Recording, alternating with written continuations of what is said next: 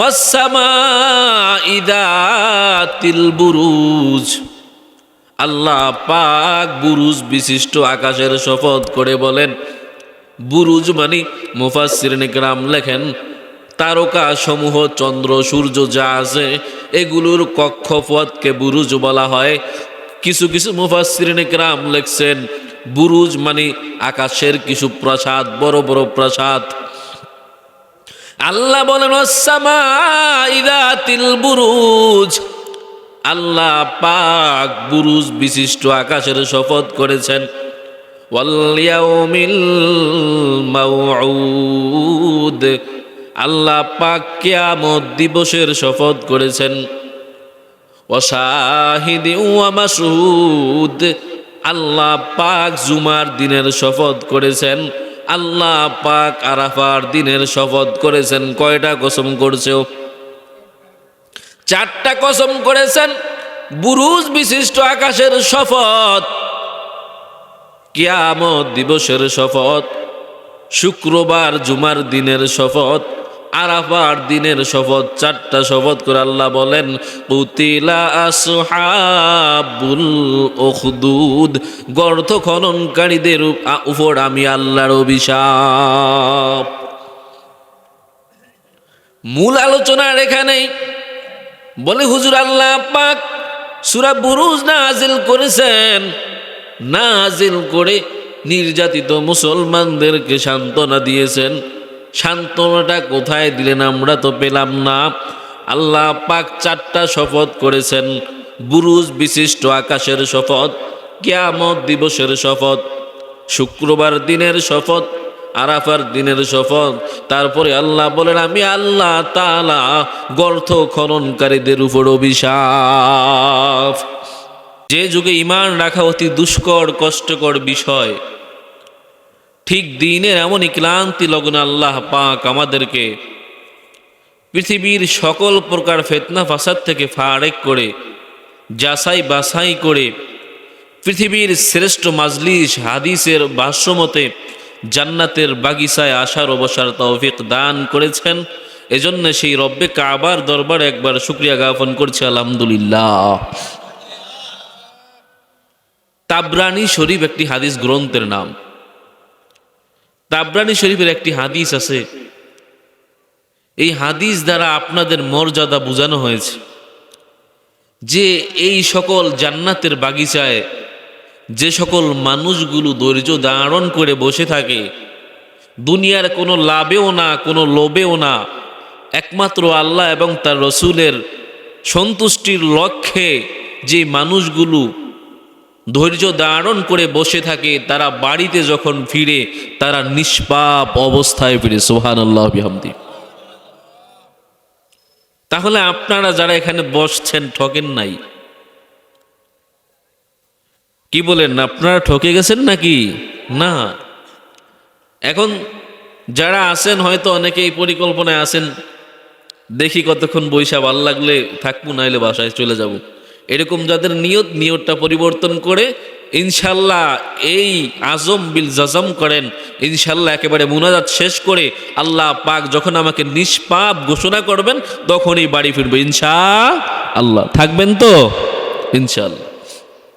সম্মানিত উপস্থিতি,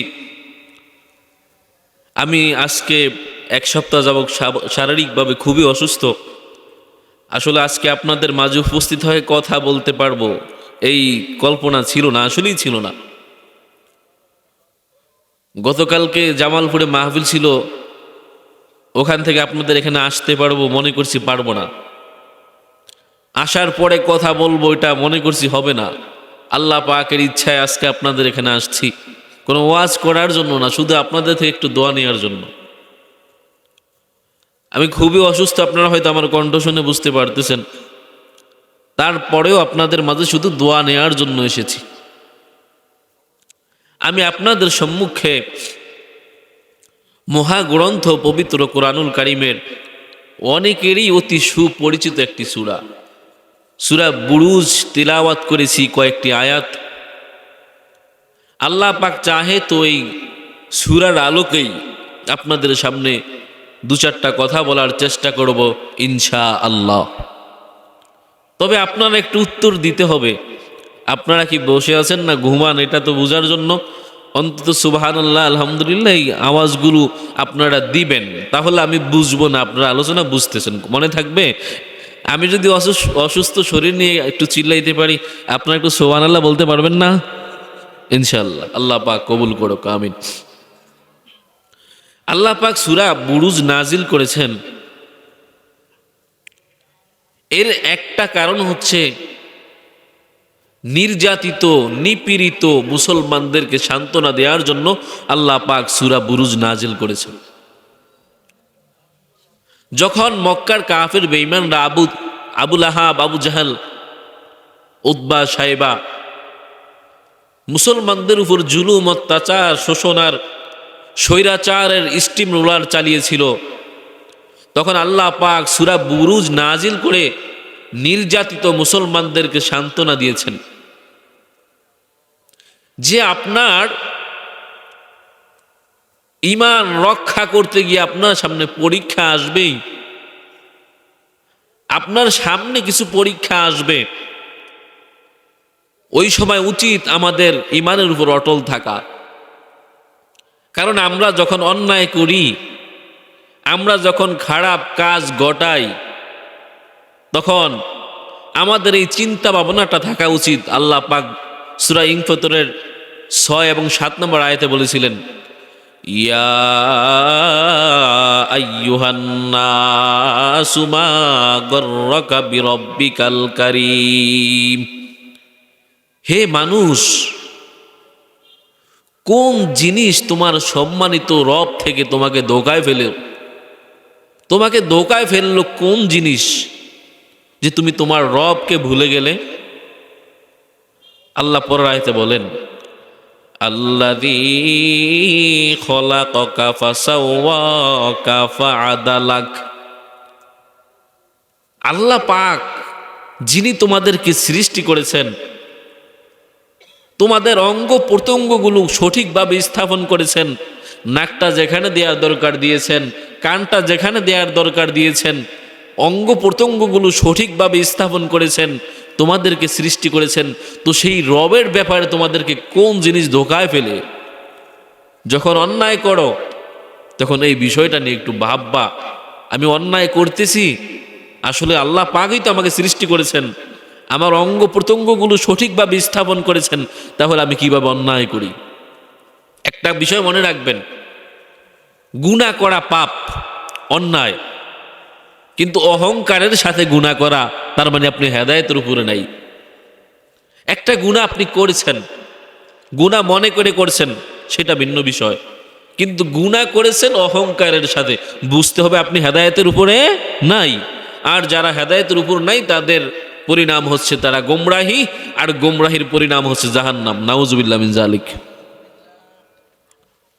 তো আল্লাহ পাক এই সূরা যে নাজিল করেছেন, এখান থেকে আমাদের শিক্ষা নিতে হবে যে আমরা ঈমানের উপর অটল থাকতে গেলে আমাদের উপরে বাধা আসবেই, আমাদেরকে পরীক্ষা অবশ্যই দিতে হবে।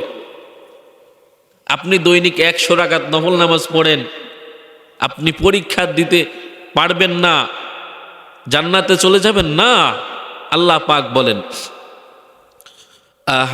আহাসিবান নাসু আইয়ুতরাকু আইয়াকুলু আমান্না ওয়া হুম লা ইফতানুন।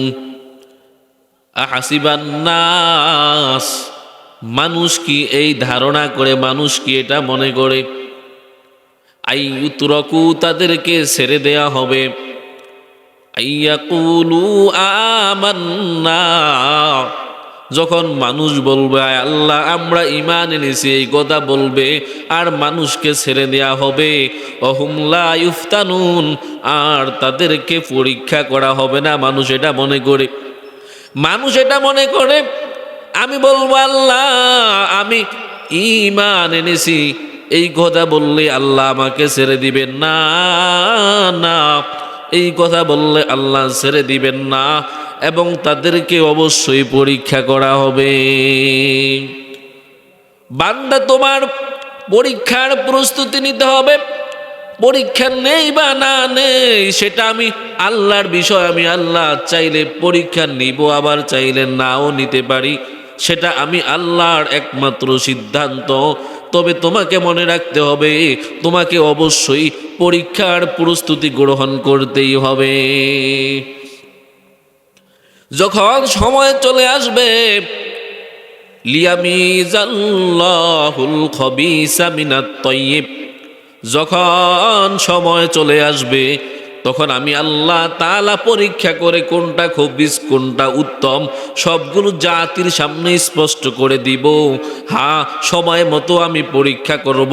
তবে মনে রাখবা, শুধু ঈমান আনছি এই কথা বললেই হবে না, তোমাদেরকে পরীক্ষার প্রস্তুতি নিতে হবে।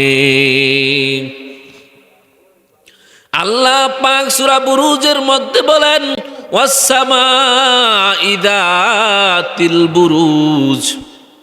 আল্লাহ পাক বুরুজ বিশিষ্ট আকাশের শপথ করে বলেন। বুরুজ মানে মুফাসসিরিন ইকরাম লেখেন তারকা সমূহ, চন্দ্র সূর্য যা আছে এগুলোর কক্ষপথকে বুরুজ বলা হয়। কিছু কিছু মুফাসসিরিন ইকরাম লেখছেন বুরুজ মানে আকাশের কিছু প্রাসাদ, বড় বড় প্রাসাদ। আল্লাহ বলেন ওয়াস-সামাঈ যাতিল বুরুজ। আল্লাহ পাক বুরুজ বিশিষ্ট আকাশের শপথ করেছেন। ওয়াল ইয়াউমিল মাউউদ। আল্লাহ পাক কিয়ামত দিবসের শপথ করেছেন। ওয়া শাহিদিন ওয়া মাশহুদ। আল্লাহ পাক জুমার দিনের শপথ করেছেন। আল্লাহ পাক আরাফার দিনের শপথ করেছেন। কয়টা কসম করছেও?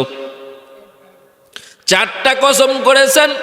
বুরুজ বিশিষ্ট আকাশের শপথ, কিয়ামত দিবসের শপথ, শুক্রবার জুমার দিনের শপথ, আরাফার দিনের শপথ। 4টা শপথ করে আল্লাহ বলেন কুতিলা আসহাবুল উখদুদ।